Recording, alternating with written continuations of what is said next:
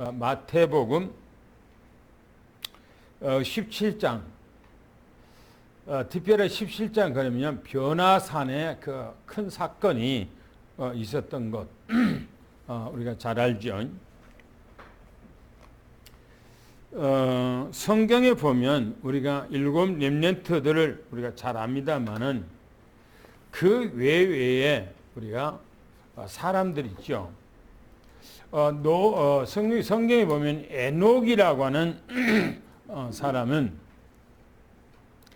주님께서 재림하는 것을 성경에 보았다, 그렇게 유다서에 기록하고 있습니다. 그 광경을 보고 주님과 300년 동안을 동행했던 에녹은 어떻게 됐습니까? 성경에 기록하기를 죽지 아니하고 하나님의 나라에 들려 올라갔다고 그렇게 기록하고 있습니다. 또 성경에 이스라엘 백성들을 애굽에서 데리고 나왔던 모세, 시내산에서 주님께서 모세를 불러서 직접 모세와 대면하며 하나님의 말씀을 주셨습니다. 이 모세의 삶은 어떻게 변했습니까? 지금도 유대인들은 유대 역사 속에서 가장 훌륭한 사람으로 모세를 지칭합니다. 모세 시대 때에 우리가 구원받아야 할 모든 내용이 바로 모세를 통해서 선포가 되어졌습니다. 모세는 아주 훌륭한 사람이죠. 또 우리가 다니엘은 이스라엘 백성들이 바벨론 포로로 끌려갔어요. 그때에 이 다니엘도 어렸을 때에 청소년 때 포로로 끌려갔지요. 그런데 성경에 보면 이 다니엘은 하나님의 환상을 보았습니다. 이 환상을 보고 다니엘은 어떤 삶을 살았습니까? 성경에 보면 이 바벨론 또 페르시아 이 지역에서 다니엘처럼 위대한 인물은 없다고 하는 것을 성경에 얘기하지요. 역사가 바꿔지고 왕권이 바꿔지지만 이 다니엘은 항시 국무총리로 남아서 국가에 큰 영향을 입히고 또 앞으로 세상 되어질 일들을 성경에 기록한 사람이 바로 다니엘입니다. 또 우리가 잘 알고 있는 사도행전 9장에 가보면 사도 바울이라는 사람이 나오지요. 그 사람은 예수 믿는 사람들이 어리석고 미련하다고 생각하고 잡아 죽이러 가는 그런 도중에 부활하신 주님을 길가에서 만났습니다. 그 후에 이 사도 바울은 어떻게 변했습니까? 그날 이후로 사도 바울은 예수가 그리스도라고 증거하는 인물로 평생을 살았습니다. 오늘 본문에 나타나는 베드로와 야고보와 요한은 예수님을 보고 실제적인 본 모습 예수님을 보고 어떤 삶을 살았습니까? 성경의 사도행전 12장에 보면 야고보는 제자 중에 가장 먼저 순교를 했습니다. 그리고 베드로는 로마에 가서 복음을 전가하다가 너무나 힘들고 어려워서 다시 그 로마에서 나오는 중에 부활하신 예수님께서 로마로 들어가십니다. 그때에 베드로가 주여 어디로 가시나이까? 라고 묻죠. 네가 로마에서 복음을 전가하지 못하고 나오니 내가 그 들어간다 그러니까 바로 그 주님의 모습을 보고 이 사도 베드로가 로마로 들어가서 복음을 전가하다가 잡혀서 예수님이 십자가에 못 박아 돌아가신 것처럼 거꾸로 십자가를 거꾸로 매달려서 순교했던 사람이 바로 베드로입니다. 그리고 바로 사도 요한은 제자 중에서 가장 오랫동안 살았던 사람입니다. 그 사람은 순교를 안 했어요. 자기 생명 다하도록까지 숙한으로 살다가 하나님 나라에 갔는데, 그 사람은 밤모섬에서 예수님의 환상을 보고 세상 마지막 되어질 일들을 기록했던 것이 요한계시록이죠. 그러니까 주님을 본 사람들은 일생이 달라졌다, 그 말인 것입니다. 그래서 오늘 우리는 제목이 변화산이죠.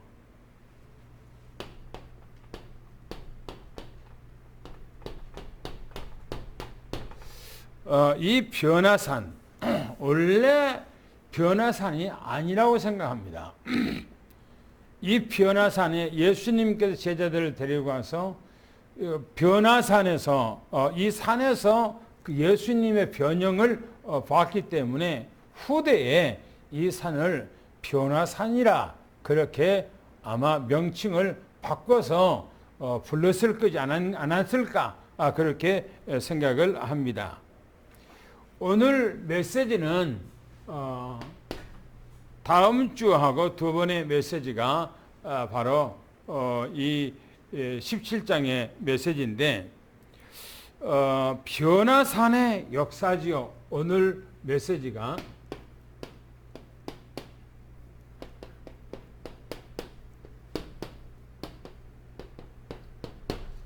변화산에서 어떤 역사가 일어났는가, 우리가 1절, 2절을 함께 같이 읽어보겠습니다. 시작.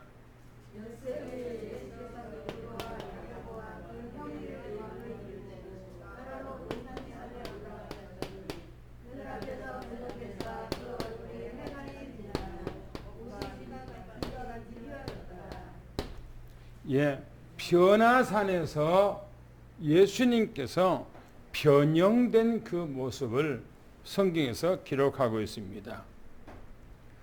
성경이 뭐라고 하냐면 엿새 후 그렇게 얘기합니다. 엿새 후에 예수님께서 베드로와 야고보와 요한을 데리고 그렇죠. 높은 산에 올라갔다. 그래서 산으로 성경에 올라갔다고 성경에 기록하고 있습니다. 특별히 베드로와 야고보와 요한만 데리고 갔어요. 이 제자들을 들어서 예수님의 수제자라 그렇게 얘기를 합니다. 다른 제자들은 어디가 있는가? 저 마을 저 밑에다가 두고 이 세 제자들만 데리고 예수님께서 산에 올라가셨지요.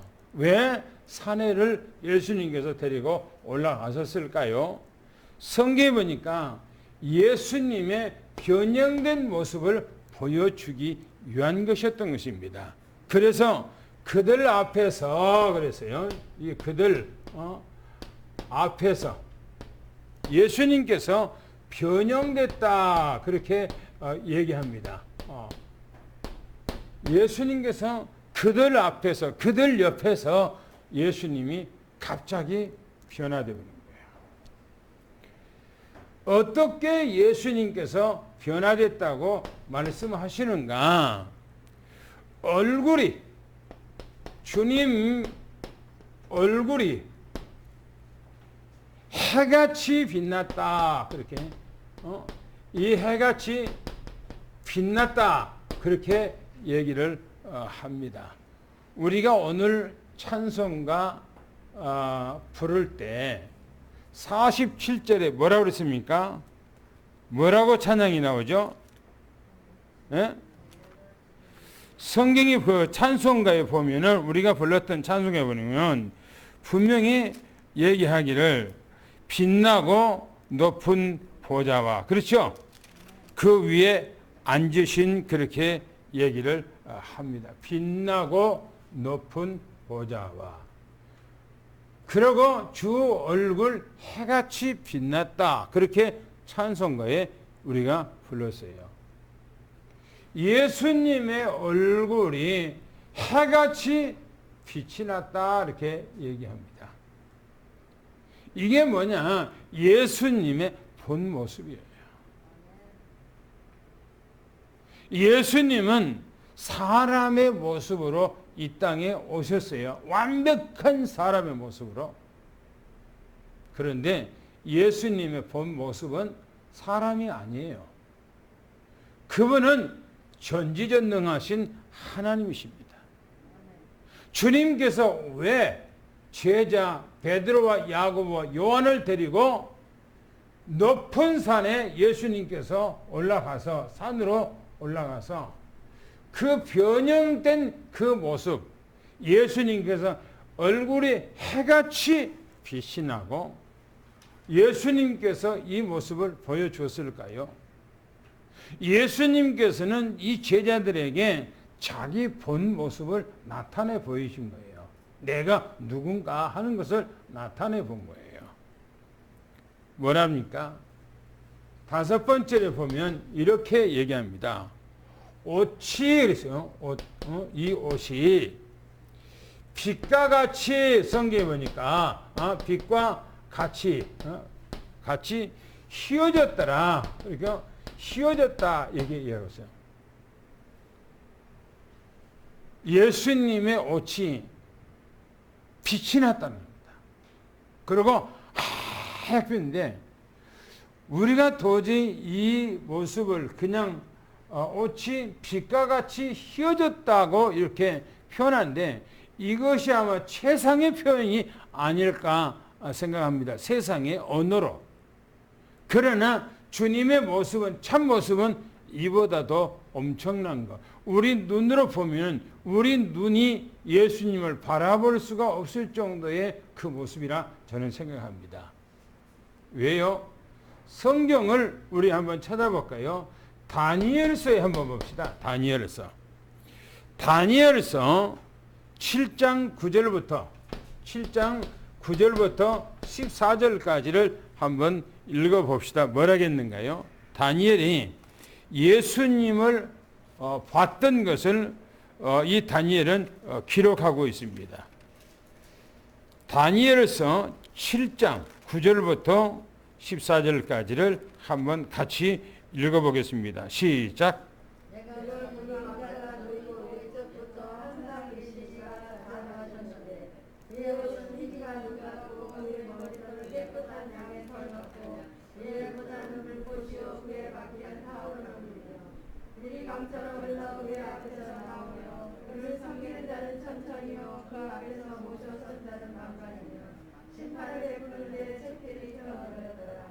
그때 내가 작은 꿀이나 나는 큰 풍속으로 말미암아 주목하여 보는 사이에 짐승이 죽임을 당하고 내 시체가 상하는 아래로 타오르는 물에 던져졌으며 그 남은 짐승들은 그의 권세를 빼앗겼으나 그 생명은 못 던져 정한 시기가 이르기를 기다리게 되었다. 내가 또 한 그의 문이 인자가 뛰어나 하늘을 문을 닫아왔어.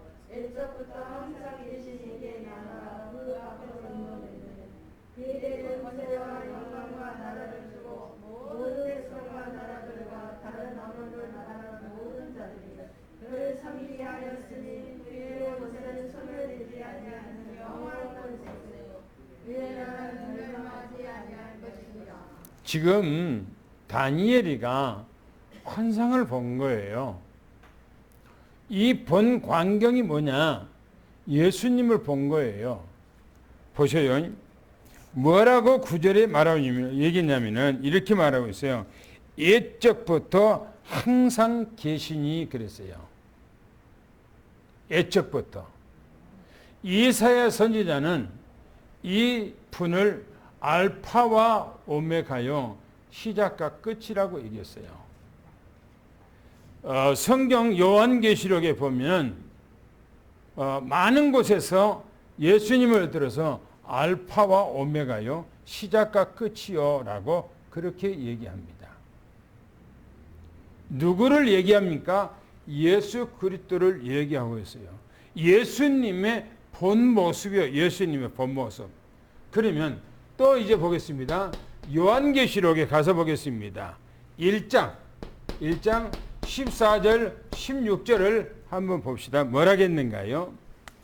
요한계시록에 이제 사도 요한이 예수님을 밤모섬에서 부활하신 예수님을 보고 뭐라고 기록하고 있는가를 한번 찾아서 보겠습니다. 요한계시록 1장 14절부터 16절까지입니다. 시작.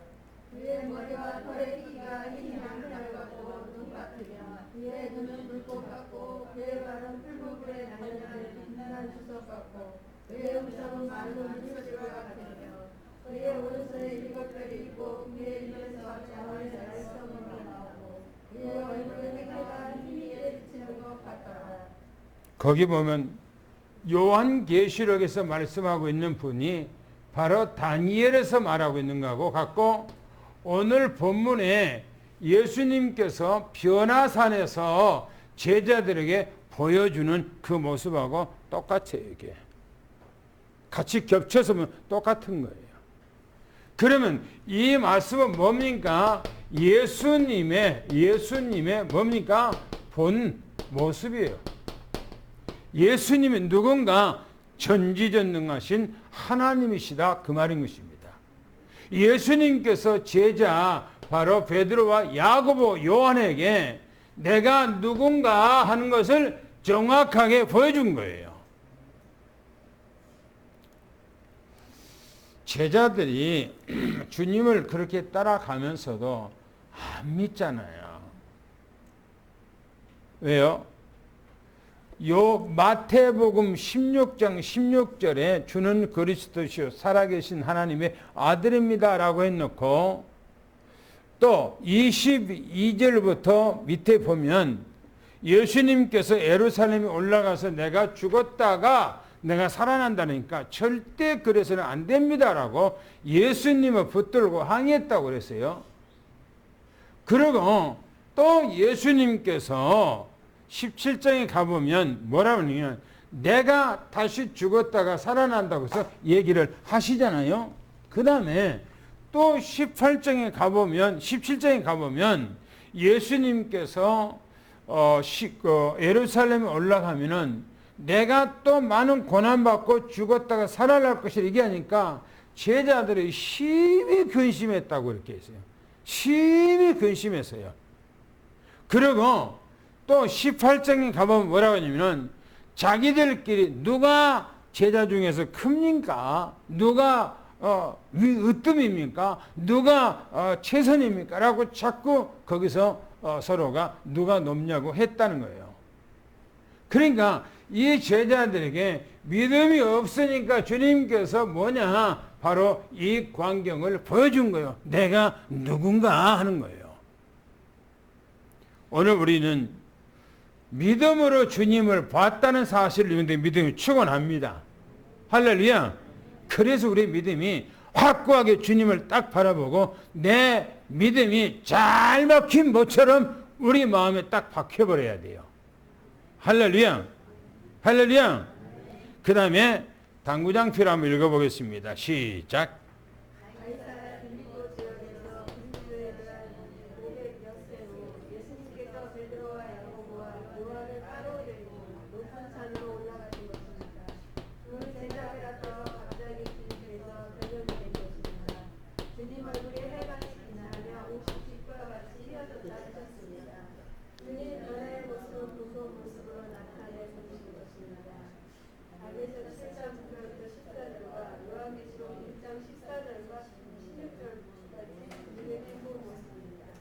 예. 그 다음에 또 보겠습니다. 3절, 4절을 한번 읽어보겠습니다. 뭐라고 거기서 기록하고 있는가요? 시작.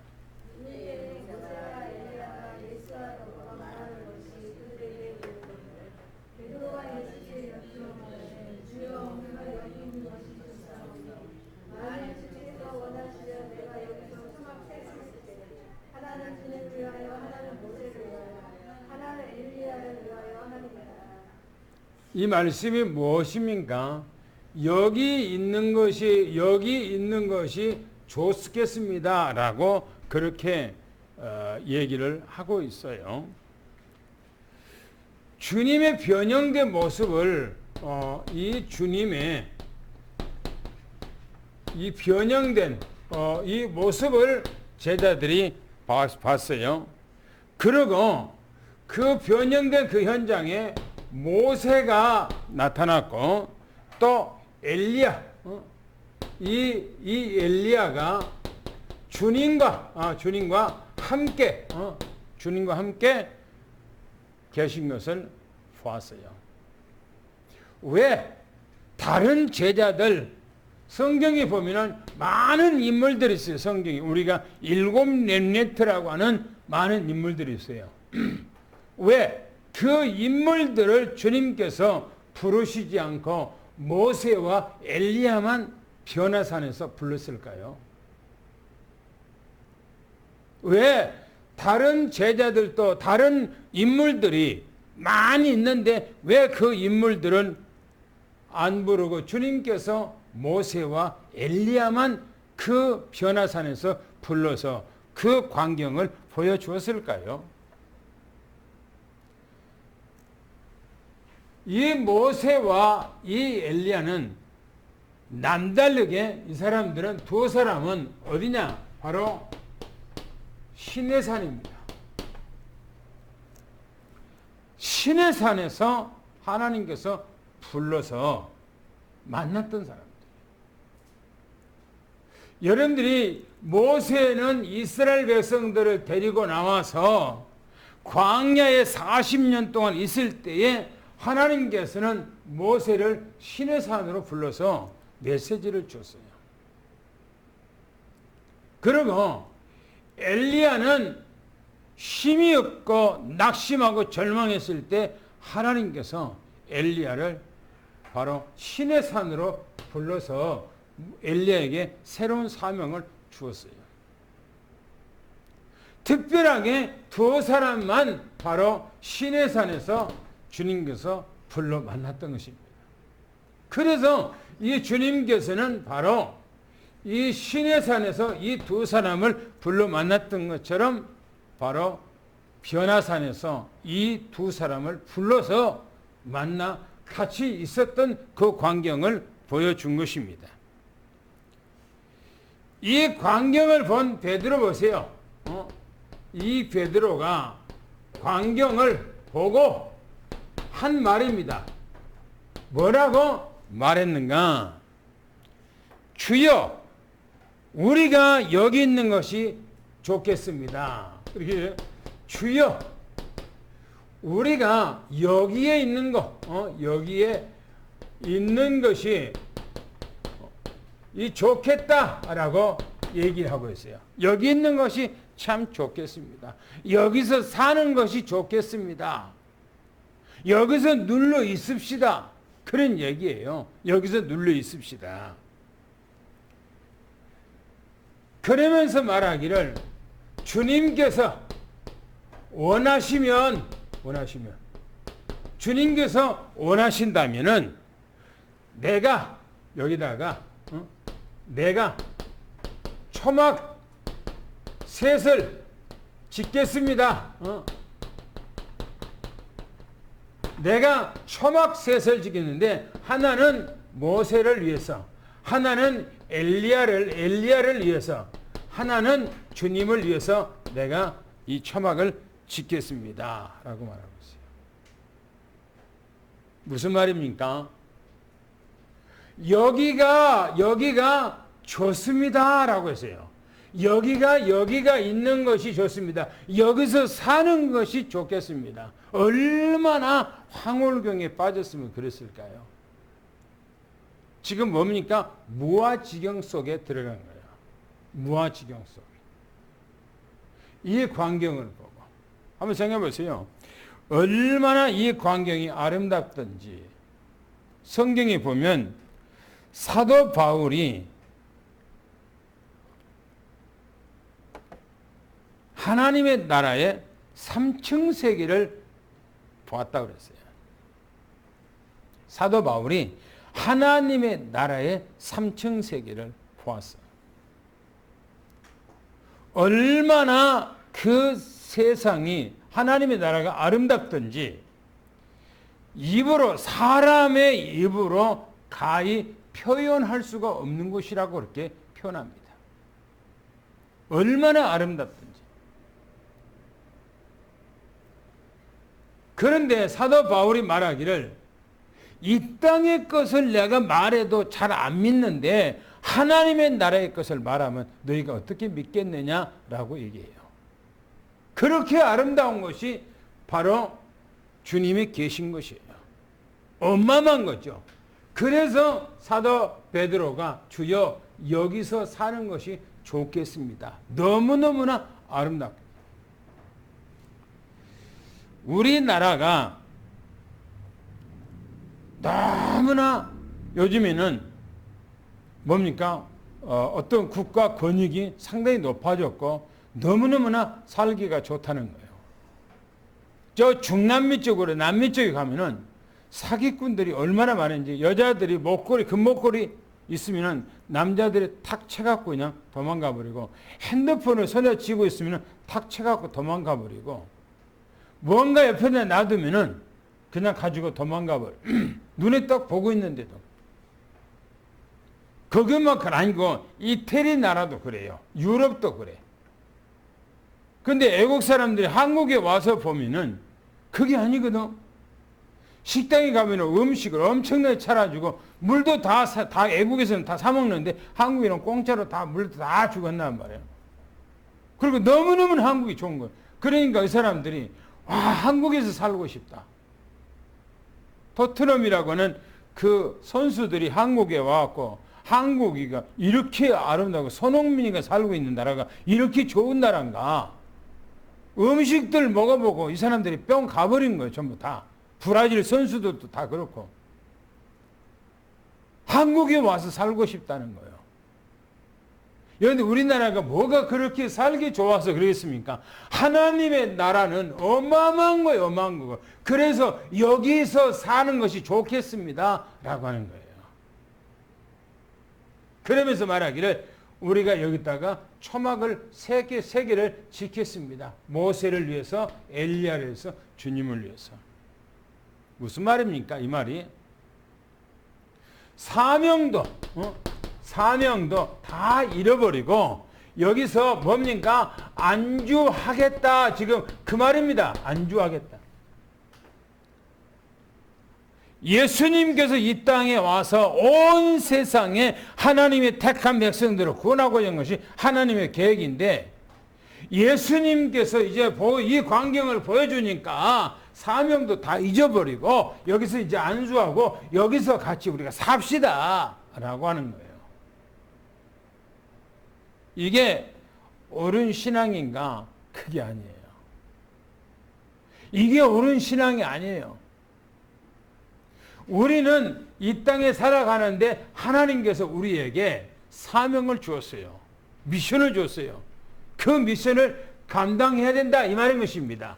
그래서 예수님께서 본 모습을 보여주면서 제자들은 그것에 너무너무나 황홀경에 빠져서 안주한 성으로 들어가 버렸다 이 말이에요. 그래서 한번 봅시다. 당구양패를 한번 읽어보겠습니다. 뭐라 했는가요? 시작.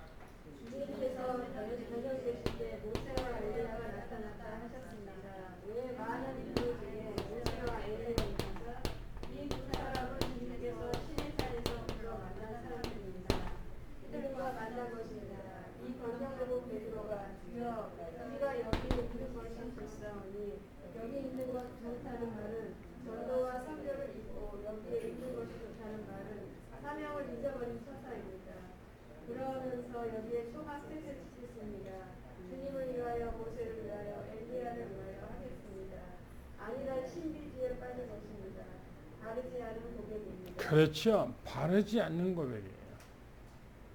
그러니까 말씀도 없이 그냥 신비 쪽에 빠져버리면 온전한 신앙이 될 수가 없어요. 보세요. 그 다음에 우리가 한번 읽어봅시다. 5절부터 8절까지 뭐라고 거기서 말했는가? 아주 중요한 얘기입니다. 시작. 말할 때에 하나님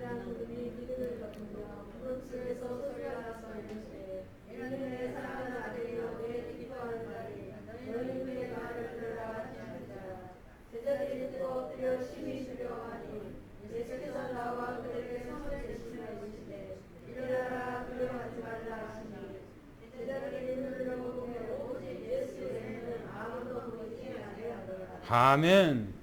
보세요.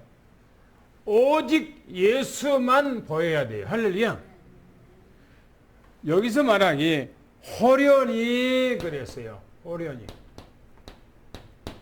이 호련이란 말은 갑자기 그 말이죠. 빛난 구름 그랬어요.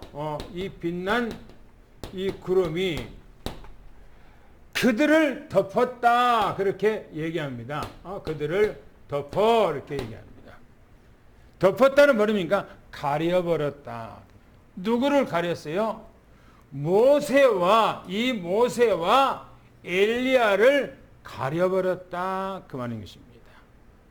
모세와 엘리야를 덮어버렸어요. 그러면서 소리가 났어요. 이 소리가 구름 속에 소리가 나서 말했다 이렇게 말합니다. 뭐라고 했습니까? 이는 내 사랑하는 아들이요 그랬어요. 내 사랑하는 아들이요. 내 기뻐하는 자니 내 기뻐 한 자니 너희는 저의 말을 들으라 이렇게 얘기합니다. 저의 말을 들으라는 겁니다. 신비가 아니에요. 모세 교회도 아니고 엘리야 교회도 아닙니다. 우리가 초막을 세계에서 지켰는데 모세 교회도 짓고 엘리야 교회도 짓고 주님의 교회도 짓겠습니다 라는 것은 말도 안 되는 소리인 것입니다. 우리는 오직 예수만 보여야 되는데 호련히 빛난 구름이 그를 덮어버려 가려버렸다는 겁니다. 그러면서 너희는 저의 말을 들으라. 오늘 우리는 주님의 말씀만 따라가기를 예수를 축원합니다. 이 말씀이 우리의 언약이 되어야 돼요. 우리의 생명의 말씀이 되어야 돼요. 할렐루야. 그러면서 말하기를 이렇게 얘기합니다. 제자들이 듣고 뭐랍니까? 엎드려 그랬어요. 엎드려. 심이나 두렵다 그래서 심이나 두려움 속에 있었다. 언제는 여기가 있는 거 조싸우니 하다가 하늘에서 호련히 어마어마한 빛난 구름이 그들을 싹 가려버리니까 그러면서 하늘에서 소리가 나기를 너희는 저의 말을 들으라. 예수님의 말씀을 들으라 하니까 그들이 엎어져 버렸어요. 완전히 땅에 딱 죽어 엎드렸어요. 그리고 와들와들 떨고 있는 거예요. 두렵고 무서워서. 그때에 주님께서 보세요. 주님께서 손을 대시며 그랬어요. 주님이 손 대시며 제자들에게 찾아와서 제자들을 두려워서 떨고 있는 제자들 어깨 위에 손을 댔다 이 말인 것입니다. 그러면서 말씀하기는 일어나라, 일어나라 하시면서 두려워 말라 이렇게 말합니다. 두려워 말라.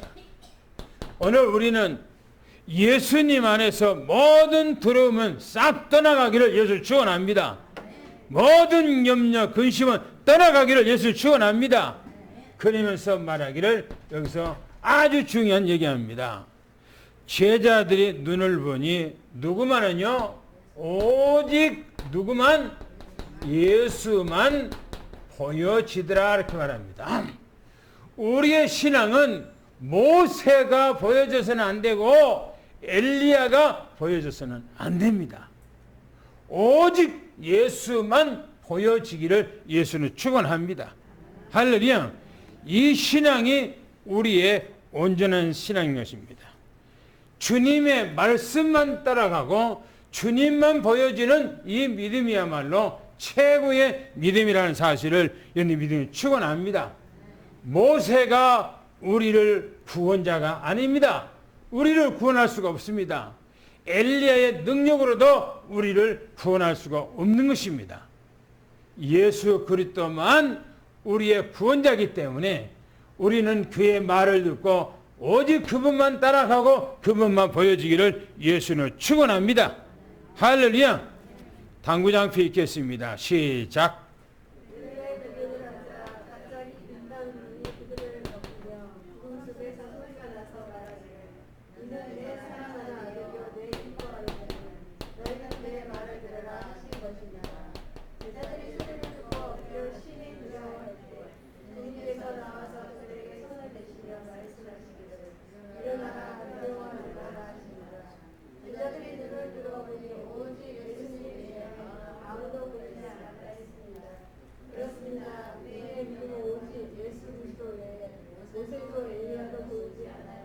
그렇죠. 모세가 우리의 구원자가 아닙니다. 엘리야의 능력이 우리를 구원할 수가 없습니다. 다시 말하면 모세의 율법이 우리를 구원하지 못합니다. 엘리야의 어떤 신비로운 능력으로도 우리를 구원할 수가 없는 것입니다. 오직 예수 그리스도만이 우리의 구원자입니다. 그래서 우리는 주님의 말씀만 따라가고 주님만 보여줘야 한다는 사실을 미시기는 축원합니다. 그래서 주님께서 오직 제자들 이 베드로와 야고보와 요한을 데리고 주님께서 자기 본 모습을 보여준 것입니다. 오늘 그렇게 되기를 예수는 축원합니다. 그 다음에 9절 한 절만 우리 읽겠습니다. 시작.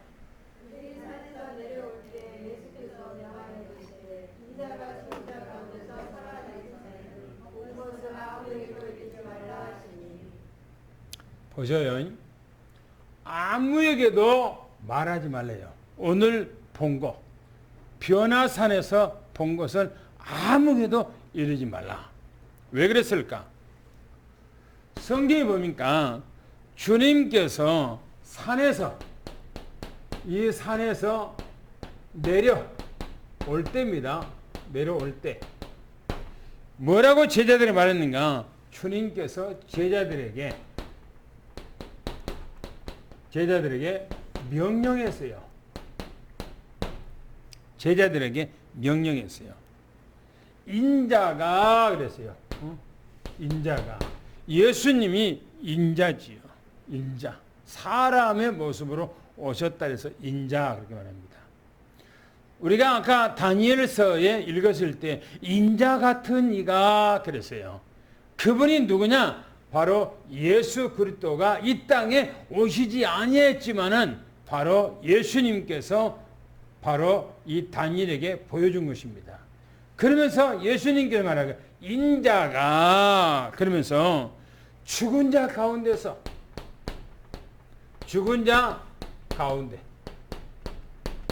이 세상의 에덴 동산에 아담 때부터 모든 인류가 다 죽습니다. 그런데 그 죽은 모든 사람들 가운데 예수님께서 유일하게 부활하신다는 겁니다. 죽은 자 가운데서 뭐라고요? 살아나기 전에 그랬어요. 만약에 예수님께서 이 광경을 보여주었던 것을 다른 제자들에게 얘기를 했다면 제자들은 예수님의 그 모습을 변화된 모습을 제자들은 믿을까 했을 때 산에 같이 올라가지 아니했던 그 제자들은 예수님을 믿지 않을 것입니다. 그리고 불신앙을 가질 거예요. 불신앙. 왜? 제자들이 아직까지 예수님께서 죽었다가 살아나서 예수님의 그 본 모습이 드러내기 전까지 제자들은 항시 의심 속에 있는 거예요. 의심 속에. 그래서 제자들이 계속 가면서 자기들끼리 막 다투고 얘기하고 막 의심하고 하잖아요. 그게 안 믿는 거예요. 그게 그런 제자들에게 예수님께서 이 변화된 광경을 얘기를 했다면 믿겠는가 이거요? 안 믿어요. 아까 제가 얘기했잖아요. 사도 바울이 하나님의 나라의 3층 세계를 보고 왔어요. 얼마나 아름답고 얼마나 좋든지 사람의 입으로 표현할 수가 없는 그것이라는 거예요. 그런데 이 땅에서 다른 얘기를 해도 안 믿는데, 복음 얘기를 예수님 실제로 돌아가셔서 살아난 것을 얘기해도 안 믿는데, 하나님의 나라의 그 세계를 얘기한다면 믿겠냐 이거요. 이 세상하고 육신적인 물질적 과학적인 이 세상하고는 완전 다른 세상인데 그 세상을 얘기한들 믿겠냐 이거요. 안 믿는다고 사도 바울이 얘기했어요. 그런데 보세요. 예수님께서 제자들에게 명령하면서 내가 죽었다가 살아나기 전까지는 절대 이 얘기를 하지 마라 하고 함구령을 딱 내렸어요. 예수님께서 살아나서 제자들 앞에 부활한 모습으로 딱 나타났었을 때에 이 얘기를 하면은 주님께서 보여주신 이 모습이 바로 부활한 주님의 모습, 근본 모습으로 예수님이 보여주었구나라고 얘기를 하고 받아들이겠지요. 그러나 그 전에는 아무도 믿지를 않는 거예요. 그래서 항구령 내린 거예요. 항구령. 뭐라고 말합니까? 본 것을 그랬어요. 본 것을 아무에게도 이르지 말라. 다른 제자들에게도 말하지 말라는 거예요. 다른 제자들에게도. 입을 딱 다물게 만들었어요. 다른 제자들 가운데 베드로와 야고보와 요한이 이것을 보고 다른 제자들이 얘기했다면은 있습니까? 안 해요. 예수님 다음 주 얘기입니다만은 예수님께서 내려왔었을 때에 뭡니까? 간질하는 어린아이가 있는데 그것을 고쳐주지 못해요, 제자들이. 그리고 예수님께서 패역한 세대라고 얘기해요. 패역한 세대. 보세요. 본 것을 아무게도 이지 말라 아니요. 오늘 우리는 신비가 아닙니다. 신앙은 신비가 아니고 오직 복음이에요. 오직 복음. 오직 복음은 말씀입니다. 오직 말씀. 할렐루야. 그래서 오늘 우리는 주님만 바라고 주님만 이제 바라기를 예수는 축원합니다. 할렐루야. 이 신앙이 우리의 온전한 신앙이에요.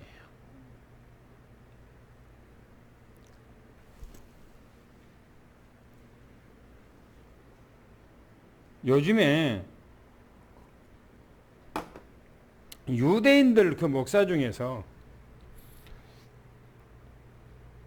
주님 곧 오신다고 얘기를 많이 해요. 나는 내가 성경을 보는 입장에서는 앞으로도 한 10년 정도는 좀 시간 여유가 좀 있다라고 그렇게 생각을 하고 있는데 이 사람들은 올 10월 6일부터 환란이 들어간다. 그런 얘기를 한단 말이에요. 그리고 어떤 사람은 환란이 오기 전에 주님께서 분명히 재림한다고 했기 때문에 바로 이제 휴거도 있고 바로 이제 모든 부활도 있고 할 것이다 얘기를 하고 있어요. 저는 아직도 시간이 성경에 아직도 성취될 몇 가지가 있는데 그런 얘기를 해요. 그래서 보겠습니다. 저는 그래서 하나님 앞에 기도하면서 하나님, 저들은 저렇게 얘기를 하는데 내가 성경을 보는 입장에서는 나는 이렇게 생각하는데 하나님께서 내게 확실하게 뭔가를 좀 알려주고 보여주고 듣게 해주시고 좀 해주세요 라고 요즘에 내가 떼거지 쓰면서 하나님 앞에 기도를 하고 있거든요. 근데 주님께서 오늘 말씀에 뭐라고 얘기합니까? 본 것이 예수님께 보여준 거 있지만은 보여준 것이 중요한 것이 아니고 우리는 주님의 말씀과 오직 주님만 바라보는 그런 믿음을 가지고 가는 것이 중요하다 하는 것입니다. 할렐루야. 할렐루야. 오늘 주의 이름으로 축원합니다. 당구장 펴겠습니다. 시작.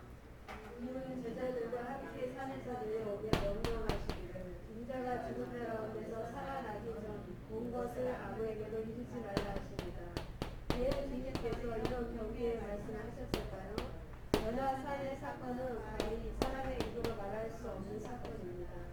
이 세상의 일을 말해도 믿지 못하는데 신비로운 사건을 말하면 믿을 수 있는 사건이 아니기 때문에 그렇습니다. 성경을 또 한번 보겠습니다. 마지막 보겠습니다. 10절부터 13절까지 한번 보겠습니다. 뭐라고 했는가요? 10절부터 13절까지요. 시작.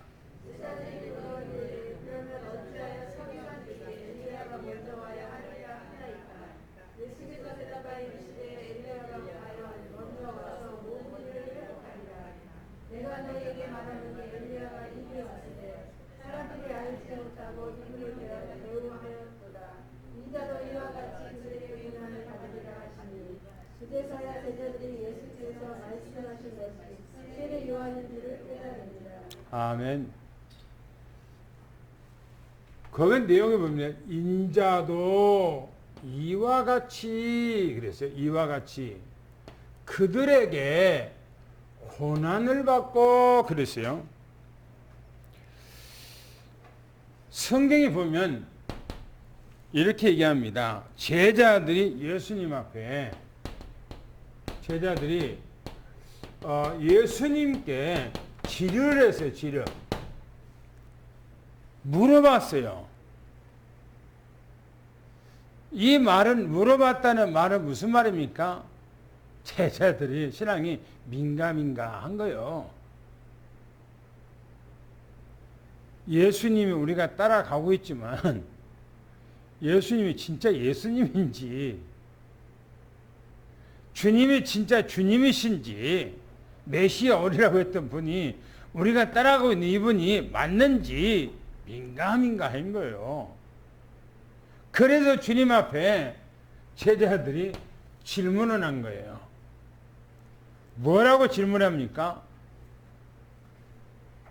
서기관들이 이 서기관들이 엘리야가 성경에 기록하기를 엘리야가 먼저 온다 했습니다. 그러니까 이 제자들은 그냥 단순한 믿음으로 예수님을 그냥 따라가는 거예요. 예수님을. 그런데 이 서기관들이 얘기하기를 메시아가 이 땅에 오기 전에 반드시 엘리야가 먼저 와야 한다. 그리고 엘리야가 와서 엘리야가 그 사명을 감당을 해야 한다라는 것을 이 서기관들이 얘기를 했다는 거예요. 이 얘기를. 그러니까 이 얘기를 물어본 것은 뭐냐? 예수님, 자기가 따라가고 있는 예수님에 대해서 확실하게 믿음을 갖고 있지 못한 거예요. 제자들이. 왜 서기관들이 이 얘기를 했을까요? 왜 서기관들이 이 얘기를 했을까요? 말라기서 한번 가볼까요? 말라기서 뭐라고 했는가? 말라기서는 구약 성경의 마지막이 말라기서입니다. 말라기서 3장 1절을 한번 읽어보세요. 뭐라고 했는가? 3장 1절. 시작. 만군의 여호와가 이르노라. 보라, 내가 내 사자를 보내니 그가 내 앞에서 길을 준비할 것이요 또 너희가 구하는 바 주가 갑자기 내 성전에 임하시니 곧 너희가 사모하는 바 언약의 사자가 임하실 것이라. 거기 보면 이렇게 얘기합니다. 3장 1절에 보라, 내가 내 사자를 보내리니 그랬어요. 메시아가 이 땅에 오기 전에 하나님의 사자 엘리야가 먼저 엘리야를 보낸다는 거예요. 그러면 그 뒤로 넘어가서 봅시다. 뭐라고 했는가? 4장을 보겠습니다. 4장을 보면 5절 6절에 뭐라고 있는가? 예수님께서 이 땅에 탄생하기 400년 전에 이 말라기 선지자가 예언한 거예요. 말라기 선자가 뭐라고 예언했는가 한번 읽어보겠습니다. 4장 5절 6절 보겠습니다. 시작.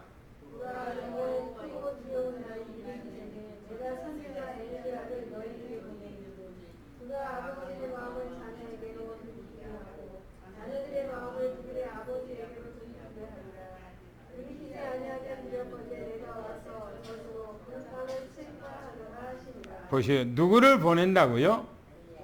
엘리야를. 누구 오기 전에?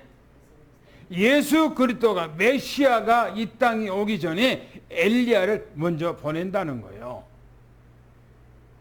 그래서 이 서기관들은 바로 성경학자들입니다. 성경학자들이 그런 얘기를 하니까 제자들은 뭐냐? 뭣도 모르고 그냥 단순하게 예수님께서 부르니까 예수님을 따라가고 있는데 이 얘기를 하니까 제자들은 뭡니까? 확실하게 좀 알고 싶어서 예수님 앞에 묻는 거예요. 그때 예수님께서 뭐라고 말하는가? 주님께서 답입니다. 주님의 답을 말씀하기를 엘리야가 먼저 와서 그랬어요. 이 엘리야가 먼저 와서 뭐해서 회복한다는 겁니다. 회복한다. 하나님의 말씀을 성취한다 그 말이에요. 그러니까 성경은 성경대로 하나님의 말씀은 그 말씀 그대로 이루어집니다. 할렐루야. 할렐루야. 그래서 내가 여러분들에게 절기에 대해서 왜 얘기를 하냐? 예수님께서는 절기 그대로 하나님의 말씀을 이루어 나가시는 거예요. 말씀대로 그대로 이루어 나간단 말이에요. 만약에 엘리야가 예수님 전에 오지 않았다면 예수님은 이 땅에 오실 수가 없는 거예요. 그래서 이 엘리야가 먼저 와야 하는 것처럼 왔다는 겁니다. 와서 회복한다는 거예요. 그러면서 말하기를 이렇게 놓입니다. 내가 너희에게 이르노니. 그러면 주님께서 또 말씀하시는 거예요. 뭐라고 말씀하시는가? 이렇게 말씀해요. 엘리야가 이미 왔다. 이렇게 이미 왔다는 거예요. 엘리야가 이미 나보다 먼저 왔다 그래요. 그러면서 말하기를 너희가 뭐라고요? 너희가 알지를 못했다는 거예요. 엘리야가 왔는데 엘리야를 몰랐다는 거예요.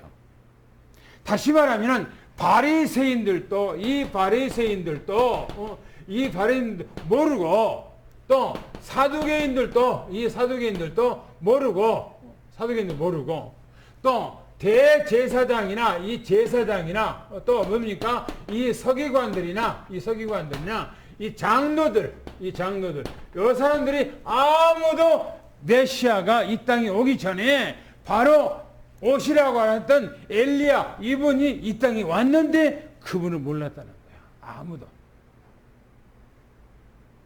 성경은 알고 성경을 보고 있는데 세상에 지금 이루어지고 있는 것에는 전혀 까마득한 거예요.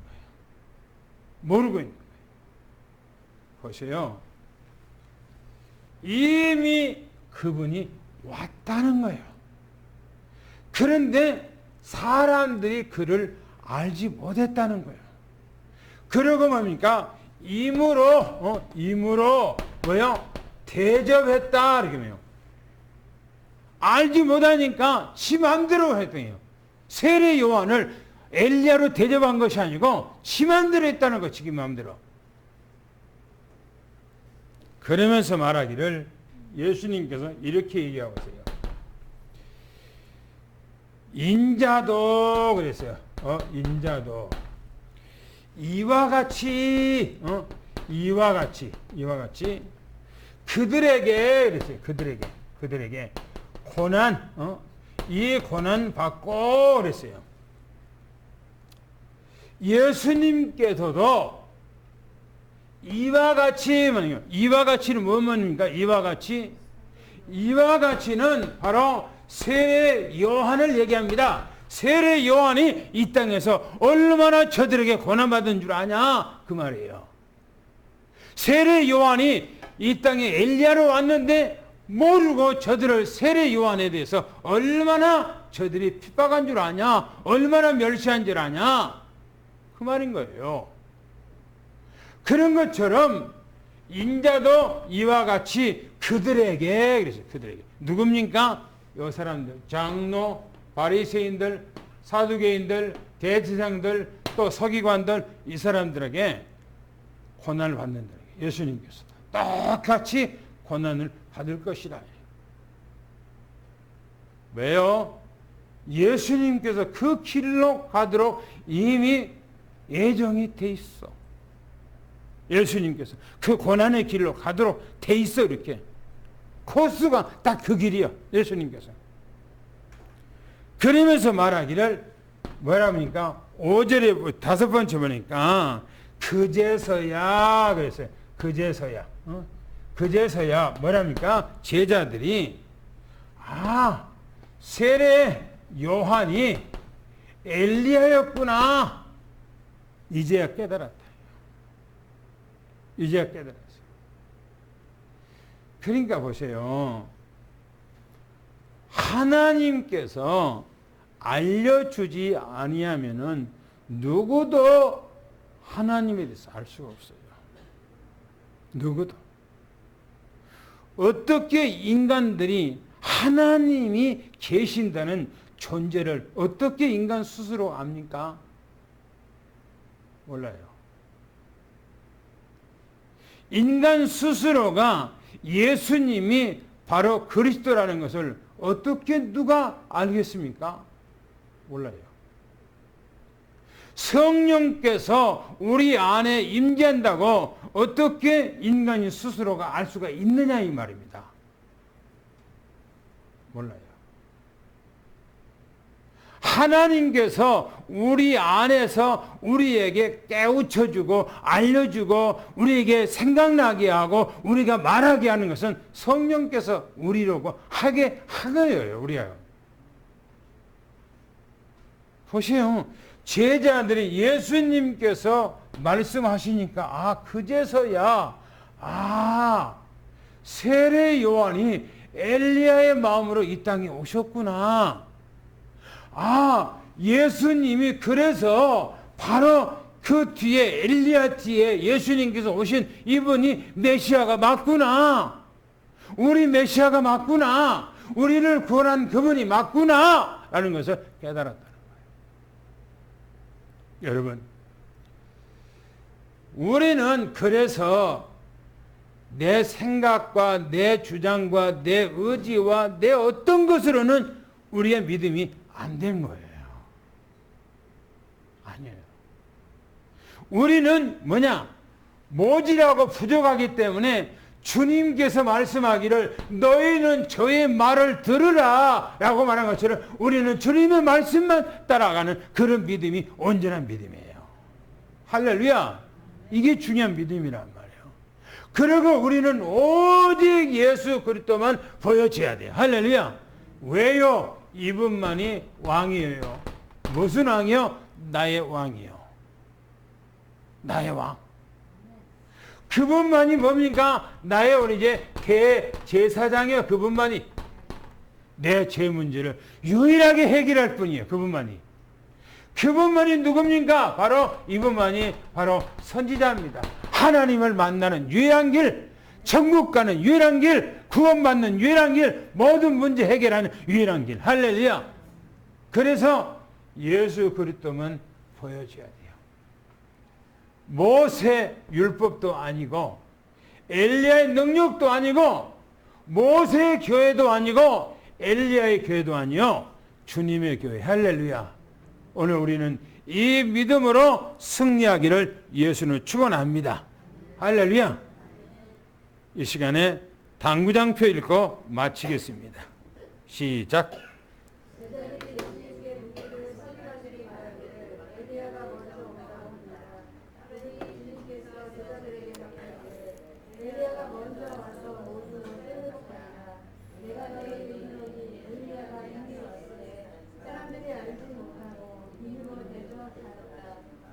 인자도 이와 같이 그들에게 고난을 당하더라. 이제야 대자들이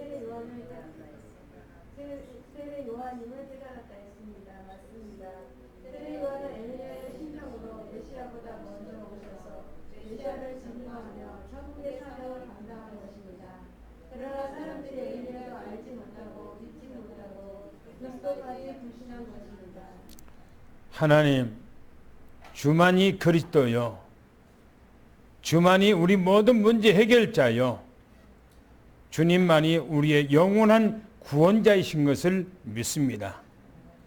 주는 그리스도시요 살아계신 하나님의 아들이신 것을 확실하게 믿습니다. 오직 주만 보여지게 하시고 주님의 말씀만 우리 마음속에 각인하고 뿌리 내리고 체질화되도록 역사해 주셔서 사도 다윗이, 구약 성경의 다윗이 시편 119편 105절에 여호와의 말씀은 내 발의 등이요 내 길의 빛이니이다 라고 말씀했던 그 고백처럼 주님의 말씀만 따라가는 우리의 삶이 되게 도와주시옵소서. 그래서 우리 장로님들, 권사님들, 우리 모든 집사님들, 우리 렘넌트 한 사람 한 사람이 이 시대에 영원한 생명의 등불이 되게 도와주시고 위로부터 내리시는 하나님의 은혜와 또 보좌의 놀라운 축복과 시공간을 초월하는 하나님의 은혜가 모든 사랑하는 성도들의 그 가정, 직장, 산업 위에 영원히 함께해 주시옵소서. 우리 주 예수 그리스도 이름으로 간절히 기도하며 축복하옵나이다. 아멘.